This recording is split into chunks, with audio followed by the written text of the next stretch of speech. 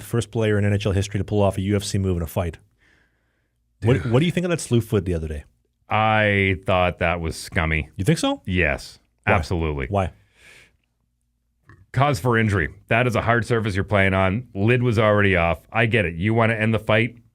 There's better ways to do it. There's absolutely better ways to do it. That was a very high risk. Thank God nothing happened. Thank God he was okay. But that was a scummy move to try to end the fight. You don't. This is not judo. Okay, it's not taekwondo. This is not a situation where you're trying to ground and pound with your opponent. Mm-hmm. You're supposed to stand until you can't stand anymore, and then, for lack of a better term, you turtle when you're done. That's just the way it goes. You don't slew foot a guy and no. I'm not a fan. I'd be curious what jersey sales look like for both players after the event.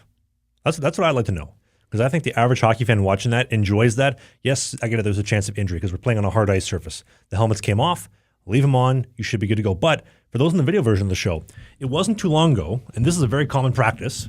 So instead of slew footing the guy over your knee like he did, you would grab the pant, grab his jersey, right, and then lean forward. Yeah. So what's the difference though between dumping him over your knee or dumping him over the pants? The difference is that's been established as, okay, I'm going down once I feel that grab. Like you've done Brazilian Jiu-Jitsu, right? Mm-hmm. You understand when a certain hand goes a certain one way and a certain leg goes one way, you know, okay, we're about to hit the mat. I'm going to protect myself going down.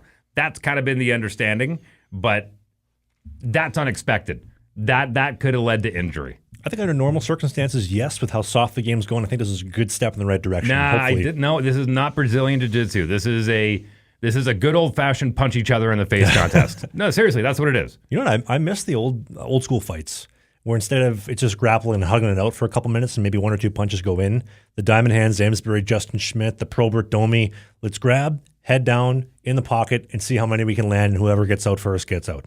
I miss that. When was the last time you saw one of those fights, though? A real good toe-to-toe, chin-to-chin, old-school fight. We saw one in the Winter Classic.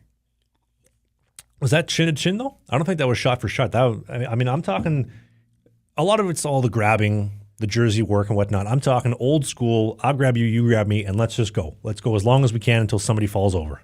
Oh, well, what's the, who's the big knuckle dragger with Boston? Trent Frederick? Frederick and... I can never say his name right. Something Jack with the J.